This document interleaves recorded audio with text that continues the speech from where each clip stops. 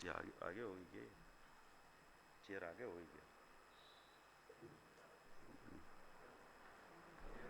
क्या? चेयर आगे हो गई।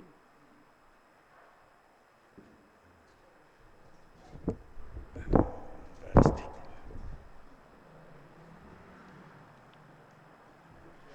हाँ ठीक है।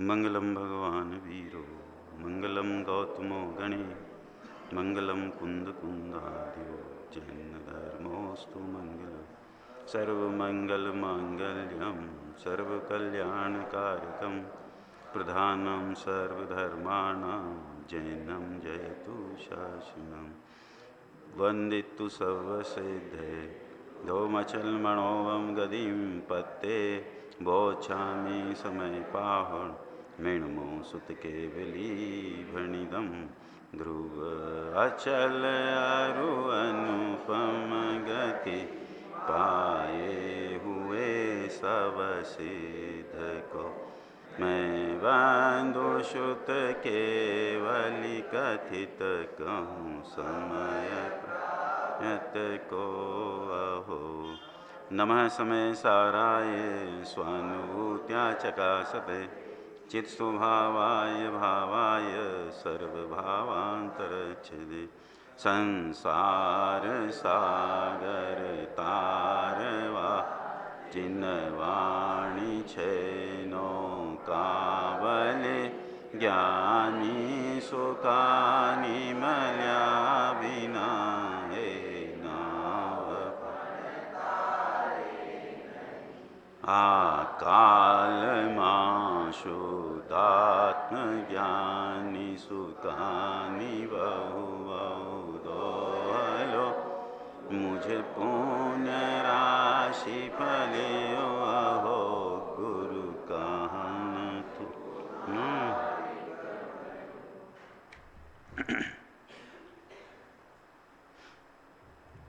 ये समयसार जी परमागम है। इसके पहले अधिकार में जिसका नाम तो तत्वों के नाम वाला नहीं है, इस अधिकार का नाम तो पूर्व रंग है। पूर्व रंग माने जिसके भाव सारे भाव माने रंग, भाव माने रंग सारी के सारी अधिकारों में सारी की सारी गाथाओं में भरे हुए हैं। ऐसा ये पूर्व का रंग है। ये रंग जो है ये सारी 415 गाथा 7000 श्लोक प्रमाण टीका और 278 कलश, इनमें ये रंग भरा है। और वो रंग क्या है? ये सर्व आत्मा का स्वरूप जो जीव अनादि से अपरिचय में है। ऐसी 3 गाथा तो भगवान कुंद कुंद ने जो कही उसकी बात हुई। उसमें पहली गाथा तो मांगलिक, जिसका विषय मांगलिक का विषय किसी ग्रंथ में इस तरह से सिद्धों के वंदन का और दूसरे किसी ग्रंथ में है नहीं। इसके बाद जीव 2 तरह का, समय 2 तरह का स्वसमय और पर समय। ऐसा समझ में बहुत विस्तार से उन्होंने 7 बोल कहे। और इसके बाद तीसरी गाथा में कहा कि उन स्वसमय और पर समय में जो स्वसमय माने एकत्व वही सुंदर है। इससे ही पदार्थों की सुंदरता है, पदार्थों की सुंदरता है। उन पदार्थों में जीव भी एक पदार्थ है, उसकी सुंदरता है। तो जीव पदार्थ की क्या सुंदरता है कि वो अपने स्वभाव में रहे। दूसरी गाथा की भाषा में कहे तो अपने गुण पर्यायों में रहकर परिणमन करे। ये स्वसमय इससे सुंदरता को प्राप्त होते हैं। और अगर इसमें न रहे तो पर समय ये तो क्या है, विसंवाद की कथा है। ये कैसी कथा है? विसंवाद माने दुख। विसंवाद का अर्थ एकमात्र दुख है। ऐसे 3 गाथा की बात हुई कि पर समय से अपने स्वभाव को छोड़ने से विसंवाद होता है। दुख रूप सुख स्वभावी जीव की दशा में दुख चलता है। क्या कहते हैं? सुख स्वभाव। ये तो सुन के ही आश्चर्य हो कि ये क्या दशा है, ये क्या दशा है कमल जी। सुख स्वभावी जीव की दशा में दुख चलता है। सुख के उपाय करता है, वो सारे सुख के उपाय ये दुख के सिद्ध होते हैं। कैसे सिद्ध होते हैं कि सुख नहीं आता है, ये दुख के सिद्ध होते हैं। ये बात तो सारी 3 गाथा में, तीसरी गाथा में कही। अब कहते हैं कि जिससे ये सुंदरता को प्राप्त होते हैं, ऐसा स्वसमय पना, एकत्व पना, ये महादुर्लभ है। ये जगत की सब बात सुलभ है। जगत की सब बात क्या क्या है वो सब इस गाथा में आएगी, चौथी गाथा में आएगी। वो सब बात सुलभ है। एकमात्र दुर्लभ क्या है? वो एकत्व क्या है कि अपने स्वसमय में रहना। ये इसको जीव को महादुर्लभ, प्राप्त करना दुर्लभ, प्राप्त हुए की संगति मिलना महादुर्लभ, उनके वचन मिलना महादुर्लभ, दुर्लभ में दुर्लभ है ये। जैसा हमारे लिए तो नहीं है दुर्लभ, क्योंकि अपने को तो ये मिल गए ना। पर अभी वो कहा ये मिलना, उन मिले, वो मिलना कब कहलाए कि इस जीव का परिणमन हो तो मिलना कहलाए। वो कहते हैं कि सुख आत्मा में है, इसको शरीर में लगता है, इसको अच्छे खाने पीने में लगता है, इसको अच्छा पहनने ओढ़ने में लगता है, इसको अच्छे घर में लगता है, इसको अच्छी गाड़ी में लगता है। ये बैलेंस बढ़ता है उसमें लगता है कि मूर्ख है ये कहना नहीं मानता है। ये क्या कहा? वो कहते हैं उससे विपरीत मानता है, तो सुंदरता को कैसे प्राप्त होगा? तो बात असुंदरता की तीसरी में थी। यहाँ तो कहते ये मिलना महादुर्लभ है। ये एकत्व से जो सुंदरता है, वो एकत्व की प्राप्ति ये सुलभ नहीं है इस जीव को। अब ये बहुत बात इसमें सूक्ष्मता से करेंगे। बात तो ये 38 गाथा और जिसमें स्पेशली 12 गाथा में जो कि जय सेनाचार्य ने कहा कि ये समय सार की पीठिका है। 12 गाथा समय सार की पीठिका है, बाकी 13 गाथा से 12 गाथा का विस्तार है। बस मूल बात तो 12 गाथा में है। तो एक से एक बात नई, उत्कृष्ट और कभी सुनने में ना आई ऐसी बात ये गाथाओं में चलेगी। और इसी को ऐसा ही अपना मानस बना के सुनना कि कभी सुनी नहीं है। एक कह के ढीली नहीं करना कि पहले भी तो समय सार सुना है। ये हीन पुरुषार्थ करना है। ये अपूर्वता नहीं आएगी। पहले बार में जितनी अपूर्वता आई उससे अधिक आना चाहिए, क्योंकि पहली बार जितनी से अपूर्वता आई उससे अपूर्वकरण नहीं हुआ। तो अपूर्वता किसी काम की नहीं रही, मंद कषाय में रही बस। क्या कहा? तो अब दाव चूको, अब दाव मत चूको, यह है ना, पद है ना 6 डाला में अंतिम में। ये दाव चूकने जैसा नहीं है। वीतरागता पसंद आई है, वीतराग स्वभाव पसंद आ रहा है, इसलिए वीतरागता परिणत जीवों की संगति भी इसको पसंद आना चाहिए। नहीं आती है, राग की वृद्धि पसंद आती है, रागियों का संग पसंद आता है, तो पात्रता खो देगा, पात्रता खो देगा। यहाँ तो शुरू वीतरागता से अंत वीतरागता से है।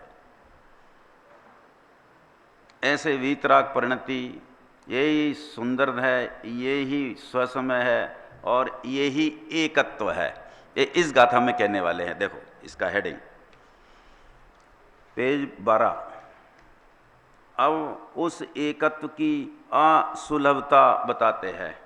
जो एकत्व कहा ना तीसरी गाथा में, स्वसमय पना कहा ना, वो कहते हैं कि ये सुलभ नहीं है। ये क्या कहते हैं? सुलभ नहीं है, पर इसको लंबाना नहीं। जितेंद्र जी, लंबाना नहीं। असुलभ को असंभव नहीं समझना। ये समझेगा तो उसको लंबा दिया है, ये लंबाना नहीं। असुलभता है कि बस दुर्लभ है, ये दुर्लभ है, आसान नहीं है, पर असंभव नहीं है, ये बात नहीं है। देखो अब उस एकत्व की असुलभता बताते हैं।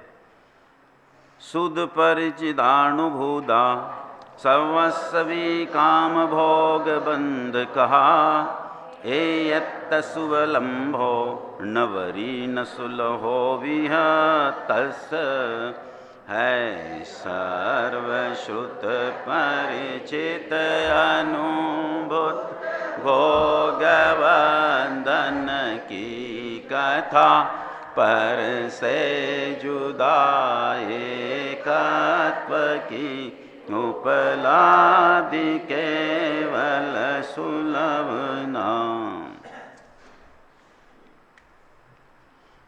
इसमें शब्द तो बहुत नए नहीं है, परिचित शब्द ही है, पर भाव अपूर्व है। अपरिचित जो शब्दों का भाव अपरिचित है, आए समझ में? देखो सर्वलोक को माने सारा जगत को, सारे जगत को, जगत माने क्षेद्रव्य नहीं, जीव मात्र भी नहीं, केवल मिथ्या दृष्टि। समझ में आया? सम्यक दृष्टि को ये बात लागू नहीं है, इसलिए सम्यक दृष्टि को एक्सक्लूड करना। सर्वलोक का अर्थ है मिथ्या दृष्टि। देखो सर्वलोक को काम भोग संबंधी बंध की कथा तो सुनने में आई है। जहां बैठता है वही चर्चा चलती है। जहां बैठा कि काम भोग की कथा चलती है। किसा हम तो मंदिर में ज्यादा टाइम बैठते हैं। जरा कड़क है देखो बात। ए शुभाशुभ भाव की चर्चा काम भोग की कथा है। पद्मी जरा हृदय चौड़ा करके सुनना पड़ेगा आज की गाथा। तो क्या कहा? ए शुभाशुभ भाव एक काम भोग की कथा है। ये है कि हम तो छोड़ के आए और हमारे कहते हो कि काम भोग की कथा है। देखो सर्वलोक को माने मिथ्या दृष्टि को काम भोग, अभी टीका में बहुत विस्तार आएगा, काम भोग संबंधी बंध की कथा। अभी देखो जिन जिन को शक हुआ कि ये पुण्य भी कह दिया है काम भोग कथा में, तो काम भोग की कथा उसको कहते हैं जिसमें बंध हो। वो स्वभाव से बंध है कि नहीं है? तो काम भोग में आया कि नहीं आया?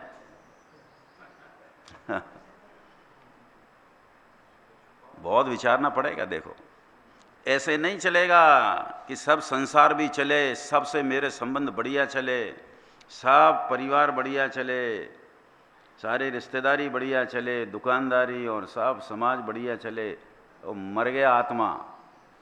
क्योंकि ये सब इसकी दृष्टि में इसकी मृत्यु हो तब आत्मा चलता है। मृत्यु हो इसके लिए कुछ नहीं है इनकी कीमत, तब जाके आत्मा की बात इसको पचेगी। ऐसा समझ, किंचित भी कहीं और रुचि है, आत्मा किंचित रुचि बाहर है, आत्मा की पूरी अरुचि है। क्या कहा पदम? किंचित भी बाहर रुचि है, 1% बाहर रुचि है, आत्मा की अरुचि 100% है। वो धीरे होती नहीं, धीरे कम धीरे होती नहीं, कम है। में लिखा नहीं है 7वें अधिकार में, इस मिथ्यात्व बैरी का अंश भी बुरा है। वो खंडवा वाले आए थे ना एक बार, तो क्या साहब ये हमने तो सुना है कि वो अंश होता ही नहीं है मिथ्यात्व का, तो इसमें तो वो गुरुदेव के प्रवचन में भी यही है कि मिथ्या दर्शन तो 100%, सम्यक दर्शन तो 100%। इसमें मोक्ष वो किया था ना 8-7 पहले शिविर किया था, तो बुलाया था मुझे और उनको, क्या नाम है, सुशील भाई को, गोवटगिरी में शिविर लगाया था 2 दिन का। तब आए थे 50-60 लोग खंडवा के। तो ये क्या, ये कैसे, ये बताओ आप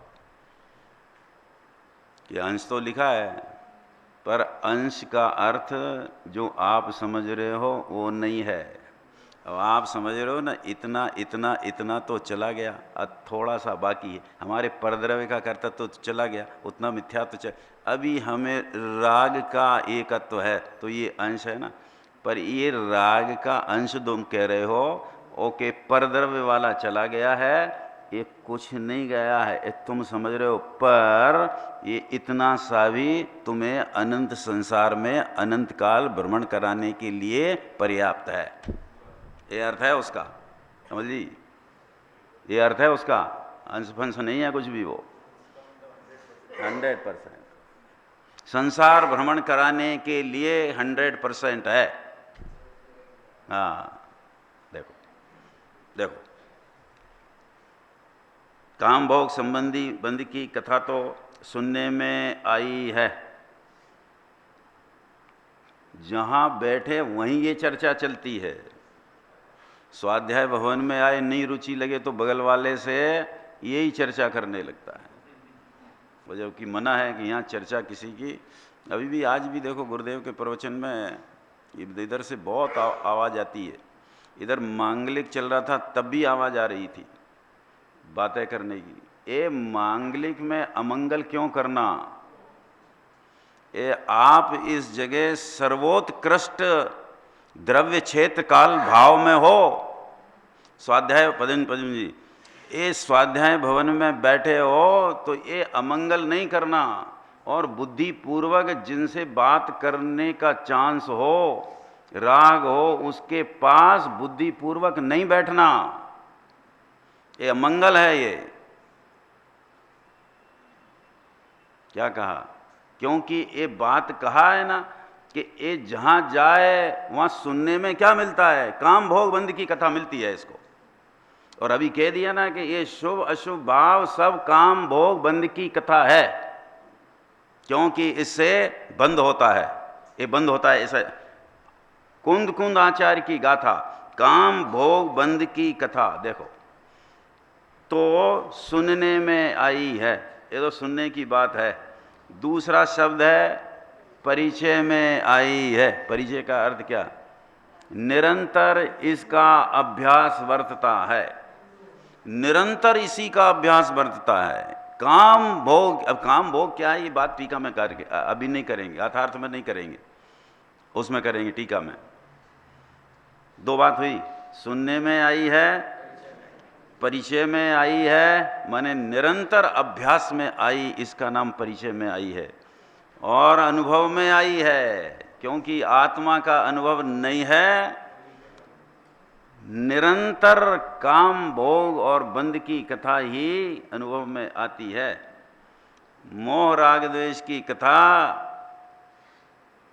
ये पुण्य पाप की कथा, ये सब काम भोग बंद की कथा, यही परिचय सुनने में आई, परिचय में आई और अनुभव में आई, 3 बात ली। इसलिए सुलभ है। देखो जहां जाए वहां यही एटमॉस्फियर, बाहर का एटमॉस्फियर ऐसा, मित्र मंडली का एटमॉस्फियर ऐसा, इसका मानसिक वातावरण ऐसा कि उसमें दूसरी चर्चा घुसती नहीं है सिवाय इसके।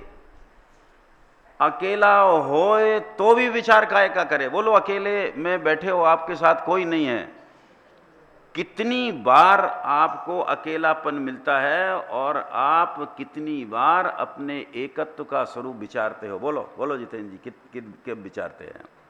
अकेले हैं ना तब तो एकत्व का स्वरूप विचारते हैं कि नहीं विचारते? तो क्या विचारते हैं? एक काम भोग की कथा का अनुभव करते हैं, वहाँ अनुभव करते हैं। तीन बातें ली है, सुनने में आई, परिचय में आई और अनुभव में आई, तीन बात। इसलिए सुलभ है सारे के सारा लोक ही, क्योंकि मिथ्या दृष्टि की संख्या ही है जगत में, तो सम्यक दृष्टि और ऊपर के गुणस्थान वाले तो देखने नहीं मिलते हैं इस काल में, तो इसलिए सब जगह ये सुलभ है। किंतु भिन्न कैसे? भिन्न आत्मा का अर्थ एकत्व आत्मा, सर्व से भिन्न। और वो भिन्नता जो है ना, वो सब लेना दूसरी और तीसरी गाथा से। दूसरी गाथा तीसरी गाथा में तो बहुत लिए ना, 6 द्रव्य के नाम लिए, नाम लेके बात की है, अपने गुण पर्याय रूप से परिणमित हो, पर द्रव्य रूप परिणमित न हो ऐसा लिया है तीसरी गाथा में। तो सब भिन्न आत्मा का एकत्व होना कभी न सुना है, ना। वो तीन कहे ना, काम भोग बंद की कथा में जो तीन बात कही, वो आत्मा के एकत्व में तीनों बात उल्टी है कि वो ना सुना है, वो सुना था। ये ना परिचय में आया है, वो परिचय में था। और ना अनुभव में आया है, वो अनुभव में था। तीन बात है, आत्मा के लिए तीनों लागू नहीं है। इसलिए एकमात्र वही सुलभ नहीं है। क्या सुलभ नहीं है? एक इंद्रिय निगोद से लेकर 9वें ग्रीवक तक के पर्याय, एक इंद्रिय निगोद से लेकर 9वें ग्रीवक तक की देव की पर्याय जितनी हुई, जितनी पर्याय हो सकती है, एक एक पर्याय अनंतवार धारण किए। नहीं समझ में आया कि कितनी पर्याय है? एक इंद्रिय निगोदिया से लेकर के और 9वें ग्रीवक के देव तक वो जितनी पर्याय हुई ना, कि 100 पर्याय हुई, 1000 उदाहरण है ये, तो अनंत है वो। एक एक में अनंतवार जन्म, एक एक में अनंतवार जन्म कहाँ से आया ये? वो तो संख्याता है, वो तो उनमें एक एक में अनंतवार, एक एक में 199 लाख करोड़ जो कुल कोटि है, उसमें एक एक में अनंतवार जन्म। कोई कैसी इतना काल, पर ये भूल गए कि आत्मा जन्मा नहीं है, अनादि का है। कहाँ से शुरू हुआ कि शुरुआत है नहीं, तो इतना काल कहाँ गया? फिर मोक्ष में तो गया नहीं, मोक्ष में तो गया नहीं। 9वें ग्रीवक के ऊपर सम्यक दृष्टि जाते हैं सिर्फ, तो कहाँ गया? जिनकी गिनती बताई उनमें ही रहा कि नहीं है? देखो इसलिए वह मात्र एकमात्र वही सुलभ नहीं है, बाकी सब सुलभ है। इतनी पर्याय सुलभ है, जितनी सारी संसार में इसका एक छत्र राज्य चले, ऐसा संसार का पद इसको अनंतवार मिला। और ऐसी निर्धनता भी अनंतवार मिली कि इसको जीवन भर भरपेट खाना नहीं मिला। ऐसी निर्धनता भी अनंतवार मिली। कमल जी, यहाँ 2-4-6 करोड़ हो जाए तो ऐसा फूल जाता है कि ये पाप की गठरी बढ़ गई है,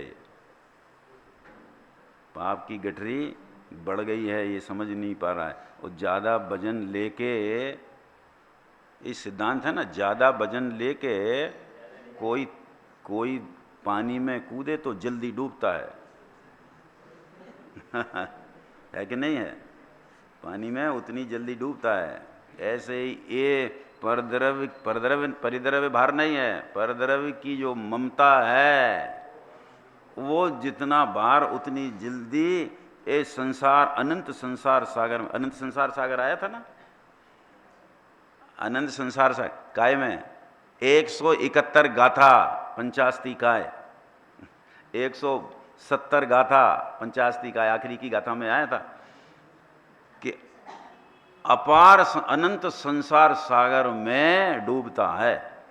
देखो वहाँ डूब जाता है। ये कैसे डूबता है कि जब तक इसको एकत्व की उपलब्धि न हो तब तक डूबाई है, मान नहीं ये कि तैर रहा है, डूबाई है ये कहते हैं। देखो इसलिए एकमात्र वही सुलभ नहीं है। अब देखो सब बात करेंगे, एक एक इसमें जो शब्द कहा है उसका बहुत गहरा अर्थ अमृतचंद्र आचार्य महाराज कहने वाले हैं। और इन 12 गाथाओं के गुरुदेव श्री के जितने प्रवचन हैं उनमें ज़्यादातर प्रवचनों में, और एक एक बार नहीं कई कई बार गुरुदेव श्री ने ये फरमाया है कि ऐसी टीका इस भरत क्षेत्र में नहीं है। ऐसी जो टीका, जो आत्मख्याति टीका है, ऐसी किसी ग्रंथ की उपलब्धि नहीं है, भरत क्षेत्र में नहीं है। पूरे संसार में वो नहीं समझना, क्योंकि वो विदेश क्षेत्र में तो साक्षात भगवान है, यहाँ नहीं है। इस क्षेत्र में, भरत क्षेत्र में ऐसी टीका नहीं है। तो उसी ऐसी नहीं है तो अपन उसको उसी स्तर का अपनी पात्रता और मानसिकता बनाकर सुने, नहीं तो एक एक ये पकड़ नहीं पाएंगे, हाथ से फैल जाएगा। ये महानतम तत्व हाथ से फैल जाएगा। है समझ में? देखो हाँ बिल्कुल, सिद्धों की स्थापना करके सिर्फ पहली गाथा नहीं सुनना, पूरा समय सार सुनना है। नहीं कि भूल गए हम तो पहली गाथा में क्या कहा था।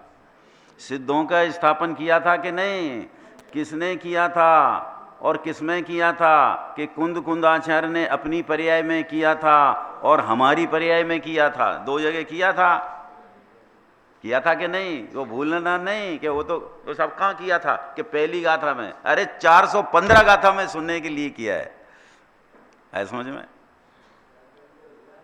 हैं? स्थापित ही है, ये मानता नहीं है। स्थापित ही है, अनिस्थापित नहीं हुआ। ये कहो कभी इस सिद्धत्व आत्मा के स्वभाव में अनिस्थापित कभी हुआ नहीं है। इतना जोर आना चाहिए। सिद्ध स्वभाव आत्मा का कब गायब हुआ है बताओ? हाँ टंकोत कीर लिया, अब वो कैसे मिटेगा बताओ? पर्याय पे जोर नहीं है यहाँ। पर्याय पर जो उस समझा नहीं था, 3-4 दिन तो ये बात चली थी कि सिद्धत्व का स्थापन क्या है। सिद्धों सिद्ध अनंत जगत में है, तो वो सिद्धत्व कहाँ से आया कि उनके द्रव्य स्वभाव उनके जैसा मैं हूं, ऐसे अपने स्वभाव की दृष्टि का नाम अपनी पर्याय में सिद्धत्व का स्थापन है। हाँ प्रतिछंद भी बोला था उसके, उनके प्रतिछंद पर असली चीज क्या है? प्रतिछंद को, वो दर्पण को देखना है कि दर्पण में जो दिख रहा है उसको देखना है। तो दर्पण में क्या दिखता है कि ये चेहरा दिखता है, देखता यहाँ है और ज्ञान यहाँ का होता है, दर्पण का ज्ञान नहीं होता है। ऐसे वहां दर्पण में प्रतिछंद के स्थान पर है तो वहां दिखता कौन है? आत्मा दिखता है। इसका नाम सिद्धों की। और वो कहते हैं कि मैं तुम्हारे में भी सिद्धों की स्थापना करता हूं। इसका अर्थ कि मैं तुम्हें सिद्ध, अपने को सिद्ध समान जाना, तुमको सिद्ध समान जानता हूं, और तुम भी अपने को सिद्ध समान जानो। ये तुम्हारी पर्याय में सिद्धों का स्थापन है। कम जाना तो पात्रता चली जाएगी। मैं सम्यक दृष्टि हूं, मैं मुनि हूं, ये जाना तो तुम्हारे पर्याय में सिद्धों की स्थापना नहीं होगी। ऊंची बात है। देखो जैसे जैसे मांगलिक में भाव, ऐसे पहली दूसरी गाथा में, तीसरी गाथा में ऐसे उत्कृष्ट, ऐसे सब गाथा सुनना। देखो अपनी पात्रता ढीला नहीं करना। इस शरीर का कि संयोग का कुछ भी हो, वजन नहीं देना, वजन यहाँ देना। है समझ में? अब क्या कहे, कहने की तो सीमा है, परिणति तो अपनी अपनी है। देखो एकमात्र वही सुलभ नहीं है। अब देखो इस समस्त जीव लोक को वहां कहा था सर्वलोक को, यहां कहते समस्त जीवलोक को। फर्क क्या है कि कोई फर्क नहीं है। सर्वलोक का अर्थ दो ही जगह थोड़ा अलग लेना। वहां सर्वलोक का अर्थ भी मिथ्या दृष्टि जीव है, और यहां जीवलोक का अर्थ भी सभी जीव नहीं है, मिथ्या दृष्टि जीव है। आ रहा है कि नहीं समझ में? जीवलोक का अर्थ, ये सर्वलोक का अर्थ क्या? सम्यक दृष्टि नहीं है, यहाँ मिथ्या दृष्टि है। इस समस्त जीवलोक को काम भोग संबंधी कथा। ये काम भोग क्या है? हाँ, 5 इंद्रिय के विषय तो पुद्गल द्रव्य है, काम भोग नहीं है। देखो बहुत सूक्ष्म व्याख्या है। देखो चौथी गाथा से अब समझना कि आप समय सार में डुबकी मारने वाले हो। सामान्य रूप से प्रवेशिका आदि में भी काम का अर्थ होता है स्पर्शन इंद्री, रसना इंद्री, उनके विषय। ये यहाँ तो दो ही मतलब है नहीं, उस संबंधी विकार का नाम वो जीव की पर्याय है। इंद्री और इंद्री के विषय एक पुद्गल द्रव्य है। जरा सूक्ष्म है, देखो भाई, तो ध्यान से समझने का विषय। विजय जी, ये इंद्रिय है ना, इंद्री, स्पर्शन इंद्री पूरे शरीर पना, रसना इंद्रिय, इसको काम कहते हैं। पर काम क्या है कि ये इंद्री तो पुद्गल, ये जिन विषयों को ग्रहण करती है वो पुद्गल है। आहार आदि ग्रहण करना, स्पर्शन इंद्री के 8 प्रकार के विषय ग्रहण करना, ये तो सब पुद्गल है। परंतु यहाँ वो चीज़ नहीं है। यहाँ तो उनके निमित्त से होने वाला विकार, उसका नाम काम है, उसका नाम काम है। तो कौन कौन से विकार हम देखें। अब वो बहुत स्थूल अर्थ था, स्पर्शन रसना इंद्री काम, बाकी 3 इंद्री भोग। यहाँ ये अर्थ मुख्य नहीं है, वो एकमात्र विकार कह दिया कि वो पुद्गल को छोड़ करके विकार कहना, उसका नाम आत्मा की विकारी पर्याय उसका काम, आत्मा की विकारी पर्याय उसका नाम भोग। इससे भी सूक्ष्म अर्थ यहाँ पर अमृत चंद्राचार्य कहना चाहते हैं। आत्मा की परिणति में राग का करना, इसका नाम काम, और राग का भोगना, उसका नाम भोग। पर द्रव्य का भोग सकता नहीं आत्मा 3 काल में। राग का करना, उसका नाम काम, और राग को भोगना, इसका नाम भोग। ऐसा काम और भोग का अर्थ यहां अमृत चंद्राचार्य कहना चाहते हैं। जिन्हें जी सुना है कभी? और उसमें भी अगर और सूक्ष्म करना हो तो शुभ भाव का करना काम है, और शुभ भाव का भोगना ये भोग है। ये है, यही किए इस, हाँ, उनके उद्देश्य से किए गए। तो वो जो विकल्प आया है उसका नाम काम है। इस शुभ भाव का विकल्प का नाम काम है, और उसके करने का भाव ये इसका नाम भोग है। शुभ भाव का करना एक काम, और शुभ भाव को भोगना, इसका नाम भोग। आत्मा की पर्याय में जो विकार है वो ये पुद्गल द्रव्य का इसके साथ कोई संबंध है नहीं। निमित्त नैमित्तिक संबंध हो, उसकी गौण बात समझना। क्या कहा, सुना कभी? काम और भोग। हाल तो यही नहीं समझा कि सामान्य रूप से जिनागम में काम का अर्थ 2 इंद्री, भोग का अर्थ 3 इंद्री है। समझ में आया? और फिर भोग के अर्थ, भोग भी 2 प्रकार का, भोग और उपभोग। जिसको एक बार भोगे सो भोग, बारंबार भोगे सो उपभोग। ये अर्थ यहाँ है नहीं, सब गौण स्थूल अर्थ है ये सब अर्थ यहाँ पर बहुत स्थूल। पदम जी समझ में? राग का करना एक काम है, राग को भोगना ए भोग है। ये एक कथा इस जीव ने बहुत सुनी है, ये कहने वाले हैं यहाँ, है समझ में? जिनेश जी, एकदम अपूर्व बात है। देखो यहां तो पिन पॉइंटेड बात है बिल्कुल कि आत्मा ने आज तक क्या किया है और इसको क्या करना चाहिए, बस इतनी सी बात है। ये दिशा पलटने की बात है। जिन जिन को कर्तव्य समझा है इसने, वो वास्तव में अकर्तव्य है। अकर्तव्य है। क्यों अकर्तव्य है? वास्तव में इसने करने का अभिमान किया है। पर द्रव्य में एक परमाणु को ये अपनी जगह से हिला नहीं सका है। क्या किया है इसने? आत्मा ने करने का परिणाम राग और मैं कर सकता हूं ऐसी बुद्धि, मिथ्यात्व, ये मोह मोह मोह ही किया है। ये सारे मोह में काम और भोग है। समझ में है? जरा सूक्ष्म व्याख्या देखो, समझना पड़ेगा। दिनेश जी, किसको कहते हैं काम, किसको कहते हैं भोग है? देखो,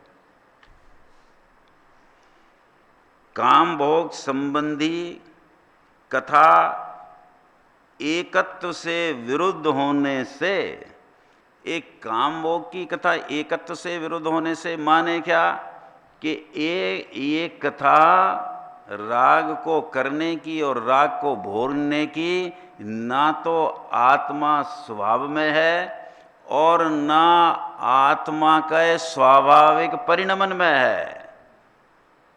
क्योंकि आत्मा का जो एकत्व रूप परिणमन है, जिसको स्वसमय कहा, जिससे सुंदरता कही थी, उनमें न स्वभाव में है न परिणमन में है। ये कौन सी काम भोग की कथा? विसंवाद में आ गई ना वो बात। वो तो दुखी करने वाली कथा में आ गई। यहां उस विसंवाद को मुख्य रूप से बंद कहा है। देखो जो बात अमृतचंद्र आचार्य कहना चाहते हैं वहां विसंवाद कहा था, यहां बंद कहा है। तो बंद और विसंवाद एक ही है, क्योंकि दोनों से ये जीव पर समय रहता है, दुखी होता है, सुखी नहीं होता है। कितने भी इसके संयोग हो, किसी भी प्रकार के संयोगी भाव हो, जीव का उनके साथ संबंध दुख का है, सुख का नहीं है। संयोग और संयोगी भाव से जीव के दुख का संबंध है, सुख का संबंध नहीं है, किंचित भी संबंध नहीं है। क्योंकि ये भाव का जब अभाव होता है तब ये जीव में सुख की शुरुआत होती है। अब बोलो, कितने संयोग और कितने संयोगी भाव? क्या कहा? हाल तो संयोग से ही फुर्सत नहीं है, संयोगी भाव क्या करे? दिन रात संयोगों में ही माथा कूटी करता रहता है।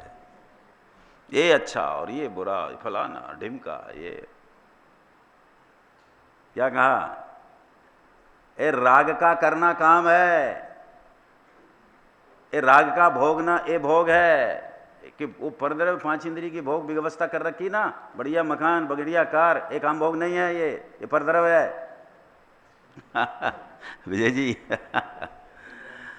तेरा काम भोग परद्रव्य में कहां से आया है? तेरा सर्वस्व तो तेरे द्रव्य गुण पर्याय में है। तेरे की बात करते काम भोग की तो तू दूसरे की तरफ देखता है, चोर है। तेरी बात करे तो दूसरे के माल की, तुम्हारे नोट दो तो दूसरे की जेब की तरफ देखता है? इतना भी अकल नहीं है इसमें। अरे तेरी बात करते तो तेरे द्रव्य गुण पर्याय के बाहर की बात क्यों करेंगे? तो जो कुछ भी कहा वो तेरे द्रव्य गुण पर्याय में है। एक काम भोग बंद की कथा भी, बंद की कथा भी तेरे पास है, कर्म का बंधन तेरी कथा नहीं है। एक काम भोग बंद की कथा, इसका अर्थ ये है, समझ में? हाँ, कभी सुनी नहीं। देखो अभी लग रहा है ना, बोलो कमल जी कब सुना है कि काम का? अभी काम का अर्थ देखे तो इंद्री पे भी नहीं जाए, वो विषयों पे जाता है। ये विषय वहां जाता है। यहां तो कहते इंद्री भी नहीं, इंद्री भी नहीं, काम इंद्री नहीं, स्पर्शन रसना इंद्री काम नहीं है। देखो वो था ना कि चार प्रकार की इच्छा में, चार प्रकार की इच्छा, विषय कषाय, कषाय क्या? विषय क्या? विषय किसको कहते हैं? विषय नाम की इच्छा चार, उनमें जो दुख के सामान्य स्वरूप में कई मोक्ष वहां प्रकाशक अधिकार 3 प्रकरण गा का खा गा में ही है ना। चार प्रकार की इच्छा, दुखों का सामान्य स्वरूप, तो विषय का अर्थ वहां पांच इंद्रिय के विषय नहीं है। जानना और स्पष्ट, जानना भी नहीं, जानना तो अच्छी, जानना विकार नहीं है, जानने की इच्छा उसका नाम विषय है। ये तो अभी गया है पदम जी, अब तो पता नहीं कब आएगा नंबर मोक्षमा प्रकाशक का है। जहां विषयों को जानने की इच्छा का नाम विषय। कषाय माने क्रोध मान माया लोभ, कषाय नहीं। बोलो क्या? तुम लोग क्या सुनते हो? 4 बार तो मोक्षमा प्रकाशक हो गया, इस बार तो सबसे ज्यादा विस्तार से लिया है। जो कषाय उत्पन्न हुई, एक क्रोध मान माया लोभ का अर्थ कषाय नहीं है। वहां जो कषाय हुई, उस कषाय के अनुसार कार्य करने की इच्छा, उसका नाम कषाय है। कि मेरे को क्रोध कषाय उत्पन्न हुई, क्रोध कषाय उत्पन्न करने वाला इस जगत में कोई नहीं है, तो कषाय उत्पन्न हुई, उसके साथ जितेंद्र जी के पसी करो कि इनको बुरा हो जाए, इस इच्छा का नाम क्रोध है। इनका बुरा हो जाए, क्योंकि इच्छा के अनुसार कार्य होना, वो कार्य की इच्छा का नाम इच्छा है, उसका नाम कषाय, उस इच्छा का नाम कषाय है। अब पढ़ना जाके घर कि क्या कहते हैं वो। विकर्म में आया एक, ये जो क्रोध कषाय उत्पन्न हुई, इतने का नाम कषाय, नाम कषाय नहीं है ये। तो क्या हुआ? क्योंकि वहां तो जो दुख के सामान्य स्वरूप में जोड़ना है ना, कि विषय और कषाय, तो कषाय क्रोध मान लोभ नहीं। क्रोध उत्पन्न हुआ तो जिसके प्रति हुआ, उसके उस क्रोध रूप कार्य करने की इच्छा, कि इनके प्रति कार्य तो ये मिट जाए, इसको मिटाने की इच्छा का नाम क्रोध है। क्रोध है वहां पे किसी का भी हो जाए, पाकिस्तान का तो मैच हार जाए, ये हो, और क्या करोगे? पाकिस्तान में तो तुम कुछ कर सकते नहीं। ये प्रार्थना करते रहो दिन भर टीवी के सामने बैठ के पाकिस्तान हार जाए। सबकी बात है, वो तो उदाहरण की बात है। और निरंतर ये आर्त और रौद्र ध्यान, ये आर्त ध्यान पूरे मैच में, और जीत जाए तो रौद्र ध्यान, और हार जाए तो लगातार आर्त ध्यान। हार जाए तो आर्त ध्यान, और जीत जाए तो रौद्र ध्यान। ऐसा कैसा है ये?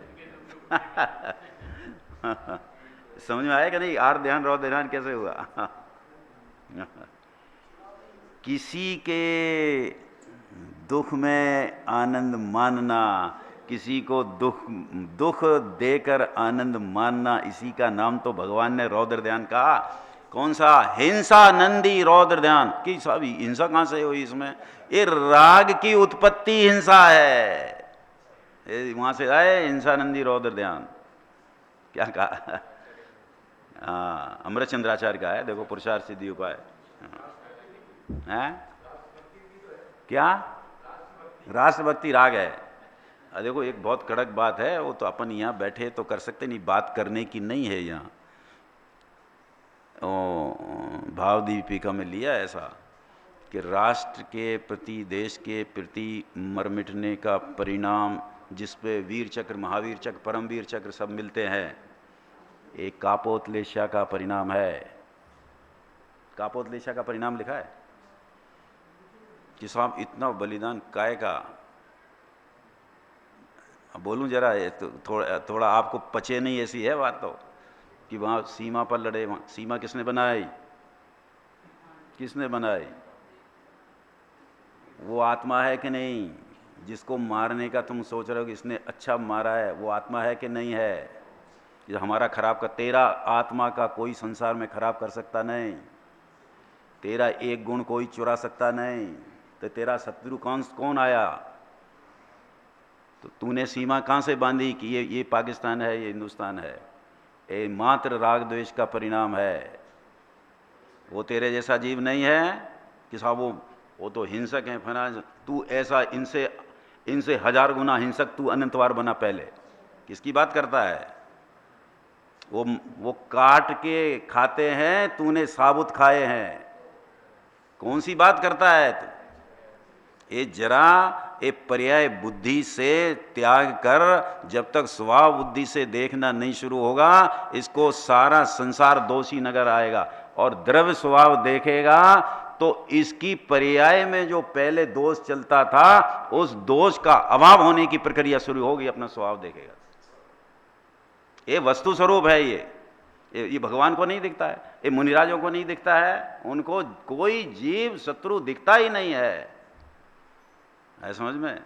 जोशी जी ऐसा लगे कि आप देशभक्ति के खिलाफ, अरे देशभक्ति ये असली देशभक्ति है, ये असली समाजवाद है। ये समाजवाद है कि सब जीवों को एक सा मिले। हम कहते तुम मिलेगा की बात करते हो, हम तो कहते सारे जीव ही एक से हैं, उसका नाम समाजवाद है, सिद्ध समान है सब। ये कहां से लाए हैं ये तो तीव्र राग द्वेष के परिणाम है। जिन जीवों को, जिन मनुष्यों को तुमने देखा नहीं, जिनको अपना कहते हो उनको नहीं देखा, जिनको मारने की भावना बातें उनको नहीं देखा, ये कौन सा राग द्वेष है? ये कहां से लाए ये राग द्वेष? ये पात्रता चली जाती है इसमें सम्यक दर्शन की है। फिर क्या होगा? क्या बोले कि यहां से मरे पाकिस्तान में पैदा हो जाए तो और वहां मनुष्य हो, ये कोई जरूरी है? मनुष्य हो ये जरूरी है? क्षेत्र तो कहीं में भी हो जाए। अभी उसके पाकिस्तान से संबंधित जो समुद्र है उसमें मच्छ हो जाए, मगर हो जाए, वो क्या है? ये कहाँ किसने सीमा बांधी? अभी इसमें बहुत मार्मिक प्रकरण पंच परावर्तन का आने वाला है, इसमें इस गाथा में आएगा, तब थोड़ी सी बात उसकी करेंगे, तब पता लगेगा कि तूने अपने ज्ञान में ये कौन सी सीमा बांधी है कि मेरा देश है, ये मेरा गांव है, ये मेरा परिवार है। ये कहाँ से बांधी है तेरी सीमा? भगवान ने तो ये सीमा तोड़ी है और तू उस सीमा को पुष्ट करता है, तो कैसा भगत है तू? पदम जी क्या कहा? उनने परिवार की, देश की, गांव की, रिश्तेदारी की सब की सीमाएं तोड़ दी है, क्योंकि कृत्रिम सीमाएं थी, वो सब बनावटी थी, वो दुखदाई थी, वो सब थी। तो फिर उनको पूछता है तो, और फिर उनकी बात भी नहीं मानता है कि नहीं मेरी तो सीमा ये है। तेरी आई कहाँ से सीमा? ये आत्मा की सीमा तो अपने द्रव्य गुण पर्याय में रहने की है, इसके अलावा कोई सीमा आत्मा की नहीं है। ऐसा समझ में जिनेश जी? कड़क लगेगी बात पर, ठेस लगेगी तो एक बार तो लगना चाहिए ठेस। ये मान्यता हिलती नहीं है तो बार बार ठेस लगे तो हिल सकती है ना? क्या राजेश जी? हम तो बड़े देशभक्त हैं। क्या है, कार में तिरंगा 15 अगस्त 26 जनवरी को लगाते, हम बड़े देशभक्त हैं। तो चाराने खर्च करके बड़े देशभक्त हो गए तुम, झंडा खरीद के। ये सब बातें उनसे बहुत ऊपर का ये चिंतन है, बहुत ऊपर का अनटच्ड चिंतन है। ये मोक्ष के मार्ग का है, वो सारा संसार मार्ग का है। देखो, काम भोग संबंधी कथा एकत्व से विरुद्ध होने के कारण, देखो क्या कहते, अब वो एकत्व वही लेना तीसरी गाथा वाला, एकत्व सुंदर लोक में, जिससे एकत्व से जो सुंदरता प्राप्त होती है, एक काम भोग की कथा ये उससे विरोध करने वाली है। ओहो, क्या कहते हैं, काम भोग की कथा ये उस एकत्व का विरोध करने वाली है। विरोध होने से अत्यंत विसंवाद करने वाली है, वही दुख देने वाली है। काम भोग की कथा दुख देने वाली है। अब ये काम भोग की कथा, अब बार बार काम माने इंद्री और इंद्री के विषय ये नहीं देखना इस गाथा में, और उसमें भी मुख्य रूप से राग के जो दो भेद है उसमें भी मुख्य रूप से शुभ राग को लेना। हाँ, ये बात सुनी नहीं ना कभी? अभी राग की बात करोगे तो एकदम वो पाप राग, अशुभ राग, वो राग दिखता है, शुभ राग नहीं दिखता है। एक ही कैटेगरी है उसकी, कोई बिल्कुल भी 1% का फर्क नहीं है। क्यों फर्क नहीं है? क्योंकि बंद कथा बंद लिखा है ना, तो बंद उसमें फर्क है। शुभ का और अशुभ का बंद में कोई फर्क है? उसमें आया कि नहीं? वो 4 बातें जो है नाटक समय सार में, कारण आदि 4 बातें है ना, कारण हेतु स्वभाव, वो 4 बात, उसमें कारण आदि भेद तोय सूझत मिथ्यात्व माही।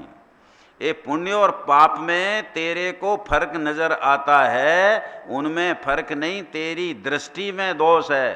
तेरी दृष्टि में क्या दोष है कि तेरी दृष्टि मिथ्या है। कारण आदि भेद सोय सूझत मिथ्यात्व माही। मिथ्या दृष्टि के कारण तेरे को पुण्य और पाप में भेद दिखता है। बोलो।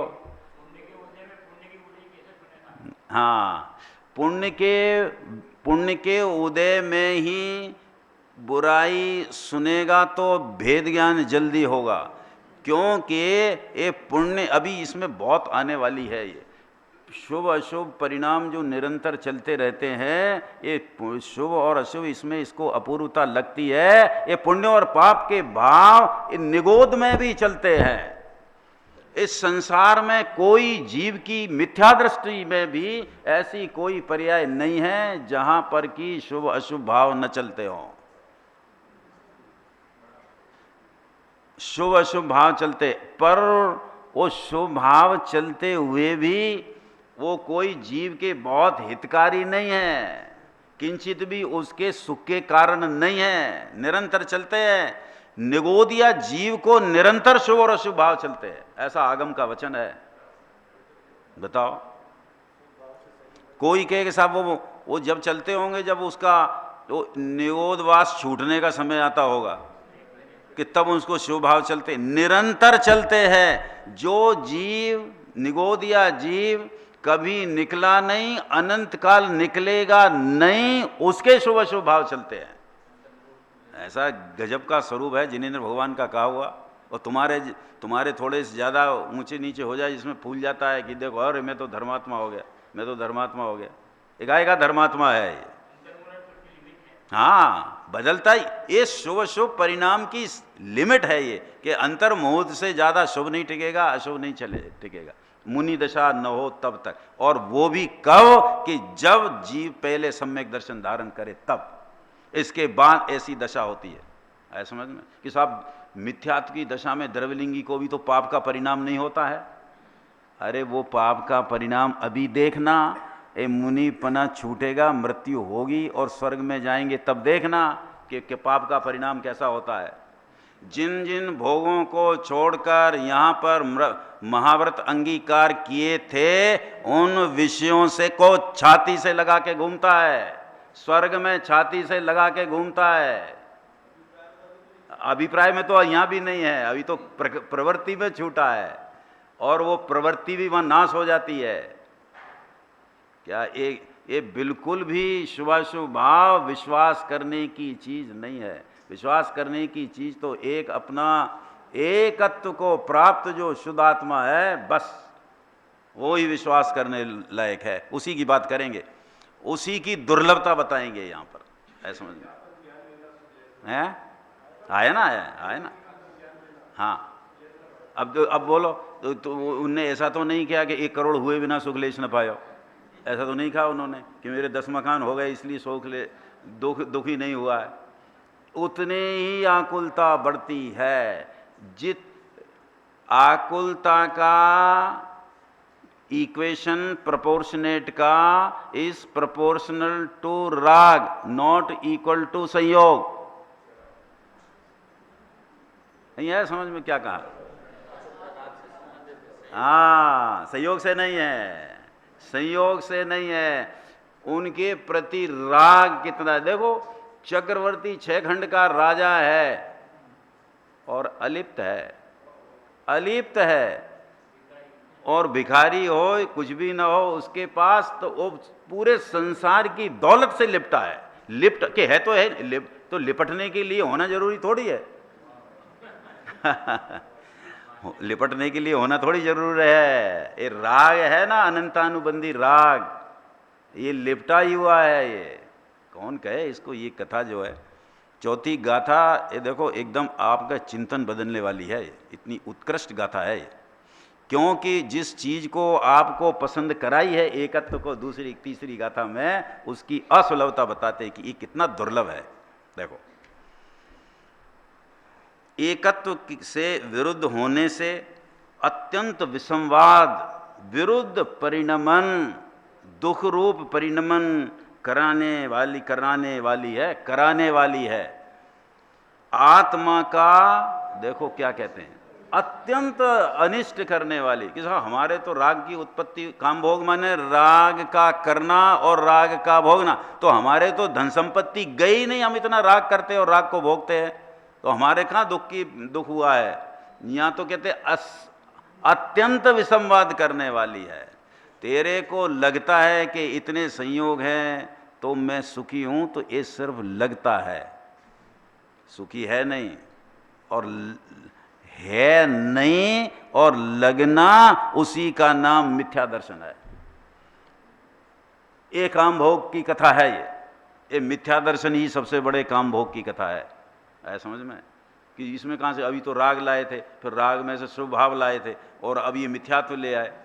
तो राग की पसंदगी क्या कहते हैं, राग की पसंदगी को क्या कहते हैं, मिथ्यात्व ही है समझ में। इससे आत्मा दुखी होता है, ये कहते देखो। आत्मा का अत्यंत अनिष्ट करने वाली है, तथापि अनिष्ट करने वाली है ऐसा होने, तथापि माने ऐसा होने पर भी, तथापि माने क्या, ऐसा होने पर भी पहले अनंतवार सुनने में आई है। क्या कहते हैं, अनंतवार सुनने में आई है। कि हमने तो साहब ये सुना है, जरा कड़क बात है, देखो जरा धैर्य से सुनना आप लोग। हमने तो सुना है कि हमने जिनेंद्र भगवान की वाणी अनंतवार सुनी है। भगवान की वाणी तूने सुनी और सुनकर के उनके उस वाणी के वाच्य रूप परिणमन नहीं किया, तो वो वाणी तेरे कर्ण इंद्री का विषय बनी, वो तेरे काम भोग की कथा है। तो पचे नहीं, ऐसी बात है विजय जी। पर ये बात हमें अंदर से सही लगती है कि नहीं। पहली चीज़ तो ये है कि ये बात हम, ये सत्य है कि नहीं। एक कुंद आचार्य, अमृतचंद्राचार्य सत्य महाव्रत के धारी है, सत्य स्वरूप के आश्रय में है। इनसे हम क्या अन्यथा कहेंगे, ऐसा उम्मीद कर सकते हैं? नहीं कहेंगे कभी भी। ये जो कहेंगे उसको पहले सर पे रखना। काय पे रखना? सर पे रखना। महाराज आप जो कुछ कहने वाले हो, मैं सब झेलने के लिए तैयार हूं। झेलने का अर्थ उल्टा नहीं लेना। हाँ, साहर्ष स्वीकार करने के लिए तैयार हूं मैं। तो वहां वो मिथ्या दृष्टि भी सुने ना और तद्रूप परिणमन न करे, तो साहब फिर भी काम भोग कि वो शुभ भाव जो हुआ वो तो पहले कह दिया है, काम भोग की कथा है वो तो वो वाणी सुन के शुभ भाव ही हुआ ना, वीतरागता रूप तो परिणमित नहीं किया। तो नहीं परिणमित किया तो ये काम भोग की कथा है, वो इसके लिए काम भोग की कथा है वो। बहुत कड़क बात है देखो दिनेश जी। एक एक गाथा का एक एक शब्द का अर्थ पचना अनंत पुरुषार्थ है ये। क्योंकि सब बात अपने मान्यता से विपरीत आएगी। विपरीत आए तो समझना कि सही चीज सुन रहे, और अपनी मान्यता के समझना कि ये गलत जगह बैठ गए। हाँ हाँ, बिल्कुल बिल्कुल ऐसी बात है ये, बिल्कुल तो फेल है बिल्कुल। देखो, तथापि पहले अनंतवार सुनने में आई है। जहाँ वो ऐसा नहीं समझना कि अभी बात करेंगे, देखो इसमें गाथा में बहुत बात करने वाले। जब मैंने निगोद में तो नहीं सुनी, और निगोद भी आपने ये सर्वलोक में और जीवलोक में लिया है, वहाँ सुनी है तूने। अभी वो सिद्ध करेंगे कैसे सुनी है। निगोद में तो कहानी नहीं है, तो कहाँ से सुनी है? निगोद में तो कहानी नहीं है। सबसे पहले गायब होने वाली इंद्री में है कर्ण। तो 4 इंद्री हो तो पहले कान इंद्री जाती है, तो वहाँ तो है ही नहीं। 4 इंद्री कोई नहीं है तो 1 इंद्री को कहाँ से होगा? ये बात सिद्ध करने वाले हैं कि है वहाँ पर। क्योंकि शुभ शुभ भाव चलते हैं कि नहीं, कि चलते हैं, इसमें आने वाला है। वो जो 4-5 परावर्तन की बात कहने वाले हैं ना, उसमें शिष्य प्रश्न पूछता है कि भगवान आप ये बताओ कि आपने ये पंच परावर्तन का स्वरूप जो कहा उसमें निगोद से निकला हुआ जीव नहीं है, उसको द्रव्य क्षेत्र काल भाव तो परावर्तन लागू, द्रव्य क्षेत्र काल का परावर्तन भाव का परावर्तन कैसे लागू होता है ये तो बताओ।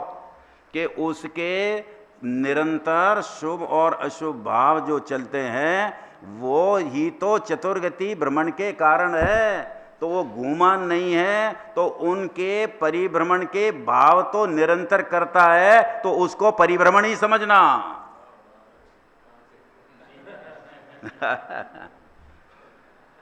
सुना ना जी, ये तो इसमें आसमानी बात चलने वाली है, तो अब धैर्य रख के सुनना पड़ेगा।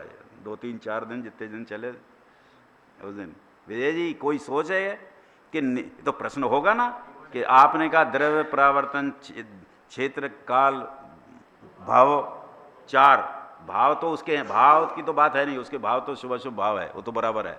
पर द्रव्य क्षेत्र काल भव ये 4 परावर्तन जो जीव निगोद से निकला नहीं है उसके कैसे लागू पड़ेंगे ये बताओ आप हमको। वो तो निकला ही नहीं है, निगोद एक इंद्री से 2 इंद्री नहीं हुआ है आज तक, उसके तुम चतुर्गति वो बताओ उसको के काल का भ्रमण कैसे होगा, द्रव्य का भ्रमण कैसे होगा, क्षेत्र का वो निकले ही नहीं वहां से, तो क्षेत्र का भ्रमण कहां से होगा। कि वो जो शुभ और अशुभ भाव करता है तो ये शुभ अशुभ भाव से ही तो 4 गति में भ्रमण होता है कि नहीं, तो उसके लिए शुभ अशुभ भाव चतुर्गति भ्रमण ही है, 4 प्रकार का 5 प्रकार का परावर्तन वही करता है वो। ऐसा नहीं समझना कि उसके अभी पंच परावर्तन लागू नहीं है। संसारी मात्र जीव को पंच परावर्तन, ये बात आएगी अभी, ये बात अभी आएगी, देखो हैं अभी तो उसके प्रसंग में आएगी, अभी तो जब उसका शब्द आएंगे कि नहीं तब बात आएगी। और देखो अब ये एक बात आई कि अनंत वार सुनने में आई है, अब इसकी अपन चर्चा कल करेंगे। अनंत वार परिचय में आई है, इसका अर्थ क्या, और अनंत वार सुनने में आई है, इसका अर्थ क्या।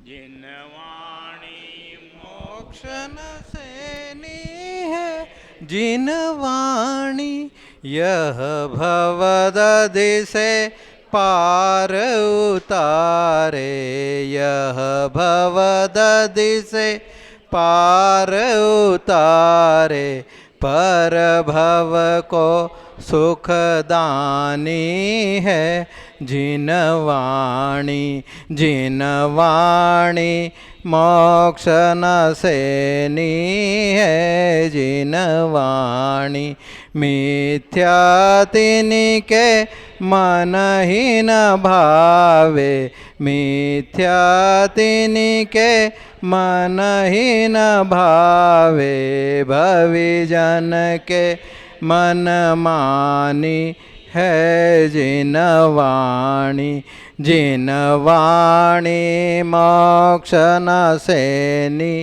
है, जिन वाणी तत्व को तत्व की खबर पड़े जब, तत्व को तत्व की खबर पड़े जब, जुदे जुदे कर मानी है, जिन वाणी बाजूराय भजो, जिन वाणी बाजूराय भजो, जिन वाणी सुखदानी दुख हानि है, जिन वाणी जिन वाणी मोक्ष न सेनी है, जिन वाणी वर्णादि अनुरागादि पर भेद बिन निज भाव को परमार्थ दर्शन ज्ञान सुखमय ध्रुव चल चिद भाव को दर्शाए सरस्वती देवी मेरा किया परम उपकार है। निज भाव में स्थिर रहूं यह वंदना अविकार है।